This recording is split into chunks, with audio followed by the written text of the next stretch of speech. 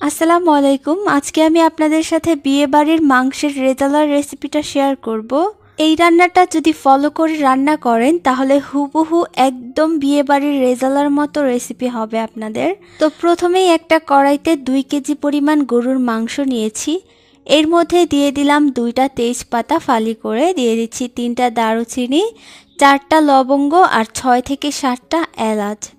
দিয়ে দিচ্ছি পেঁয়াজ, এখানে প্রায় 1 কাপের মতো পেঁয়াজ রয়েছে, মানে প্রায় 6 থেকে 7টা মিডিয়াম সাইজের পেঁয়াজ। 2 টেবিল চামচ রসুন বাটা দিয়ে দিলাম। দিয়ে দেব 2 টেবিল চামচ আদা বাটা।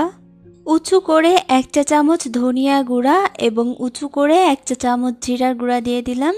বড় চামচের 1 টেবিল চামচ দিয়ে দিচ্ছি গরম মশলা গুঁড়া। এইবার 1 চা চামচ হলুদের গুঁড়া দিয়ে দিলাম আর 2 টেবিল চামচ পরিমাণ মরিচের গুঁড়া দিয়ে দিচ্ছি।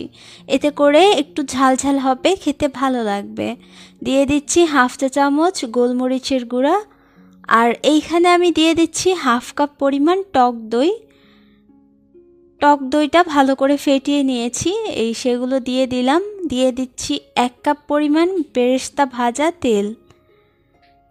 এইবার আমি দিয়ে দিচ্ছি পরিমাণ মতো লবণ। লবণটা একটু বেশি করেই দিয়েছি, পরে আবার দেখে দেওয়া যাবে। এখন সবগুলো উপকরণ একসাথে খুব ভালো করে মাখিয়ে নিতে হবে। এই কাজটা একটু ভালো করে করবেন যাতে প্রত্যেকটা মাংসের গায়ে মশলা লেগে যায়। এখন ঢাকনা দিয়ে ঢেকে এই মাংসটাকে রান্না করব প্রায় 15 মিনিটের জন্য। মিডিয়াম থেকে একটু কম আঁচে 15 মিনিট রান্না করছি। 15 মিনিট রান্না করার পর একটু নেড়ে দেব। এই যে দেখুন, একটু উল্টে পাল্টে নেড়ে দিচ্ছি। মাঝে আরেকবার নেড়ে দিয়েছিলাম আমি, সেটা অবশ্যই করবেন মাঝে মাঝে যাতে নিচে লেগে না যায়। আবারও নেড়ে দিয়ে ঢাকনা দিয়ে ঢেকে আবারও 10 মিনিটের মতো রান্না করব। 10 মিনিট রান্না করার পর দেখুন কতখানি ঝোল বের হয়েছে এর থেকে। এখনও পুরোপুরি ঝোলটা কিন্তু বের হয়নি, পানিটা বের হয়নি মাংস থেকে। আমি একটু নেড়ে দিচ্ছি, নেড়ে দিয়ে আবারও ঢাকনা দিয়ে ঢেকে 5 মিনিটের জন্য রান্না করছি। এই পর্যায়ে কিন্তু চুলার আঁচটা মিডিয়াম থেকে একটু কমে দিয়ে রাখবেন, ঠিক এইরকম করে টকবগিয়ে ফুটতে থাকবে। এই যে দেখুন পানিটা কতখানি ছেড়েছে, মাংসগুলো কিন্তু প্রায় ডুবে রয়েছে। এই পর্যায়ে আমাদের সেদ্ধ করার জন্য আরও 1 কাপ পানি দিয়ে দিচ্ছি। এখন পানিটা দিয়ে দিচ্ছি। এই পানি দিয়ে ঢাকনা দিয়ে ঢেকে রান্না করব প্রায় 50 মিনিট। 50 মিনিট পর এই যে দেখুন মাংসের অবস্থা। চুলার আঁচ মিডিয়াম থেকে একটু কমে রেখে তারপর কিন্তু এই মাংসটাকে 50 মিনিট রান্না করতে হবে। এই পর্যায়ে আমি দিয়ে দিচ্ছি হাফ চা চামচ জায়ফল এবং জয়ত্রী গুঁড়া। দিয়ে দিচ্ছি বাদাম বাটা। বাদাম বাটা এখানে আমি 10 থেকে 12টা কাজু বাদাম বেটে নিয়েছি। আর দিয়ে দিচ্ছি এখানে আলু বোখারা আর কিশমিশ। এগুলো কিন্তু বিয়েবাড়িতে ব্যবহার করা হয়। 10-12টা আস্ত কাঁচামরিচ দিয়ে দিলাম। বাদাম বাটাটা আগে দেইনি কারণ নিচে কিন্তু লেগে যাবে। আপনি 50 মিনিটে মাংসটাকে সেদ্ধ করার পর বাদাম বাটা দিবেন। হাফ টেবিল চামচ দিয়ে দিচ্ছি আস্ত চিনি। এইবার এই সবগুলো উপকরণ খুব ভালো করে মিশিয়ে নিচ্ছি। আরেকটা কথা, বাদাম বাটা অবশ্যই লাস্টে যখন মাংস সেদ্ধ হয়ে যাবে ঠিক তখন দিতে হবে।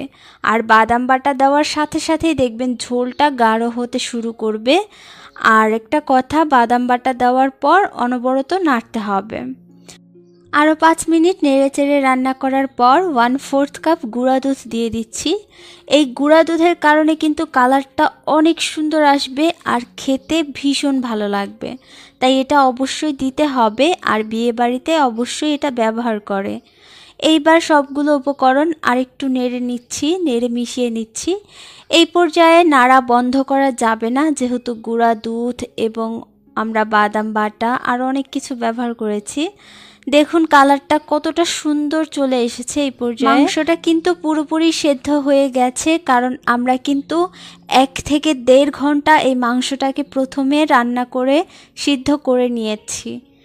এখন দেখুন রান্নাটা পুরোপুরি কমপ্লিট হয়ে গেছে তখন দিয়ে দিচ্ছি 1 চা চামচ কেওড়া জল। দিয়ে দিচ্ছি 1 টেবিল চামচ ঘি। দিয়ে দিচ্ছি অল্প একটু লবণ। লবণটা দেখে নিয়েছিলাম, অল্প একটু দরকার ছিল তাই দিয়ে দিলাম। এগুলো দিয়ে আরেকবার নেড়ে নিচ্ছি। আমাদের মাংস কিন্তু একদম রেডি হয়ে গেছে সার্ভ করার জন্য। যেহেতু আমরা এখন ঘি আর কেওড়া জল দিয়েছি, তাই এটাকে ঢাকনা দিয়ে ঢেকে অল্প আঁচে 2 মিনিটের জন্য দমে রেখে দেব। দমে রাখার পরে কিন্তু মাংসটা কমপ্লিট হয়ে যাবে সার্ভ করার জন্য। আশা করছি আজকের রেসিপিও বরাবরের মতো ভালো লেগেছে। ভালো লাগলে লাইক করতে ভুলবেন না, চ্যানেলটা সাবস্ক্রাইব করে রাখবেন। আজকে এখানেই বিদায় নিচ্ছি। সবাই অনেক বেশি ভালো থাকুন, সুস্থ থাকুন। আল্লাহ হাফেজ।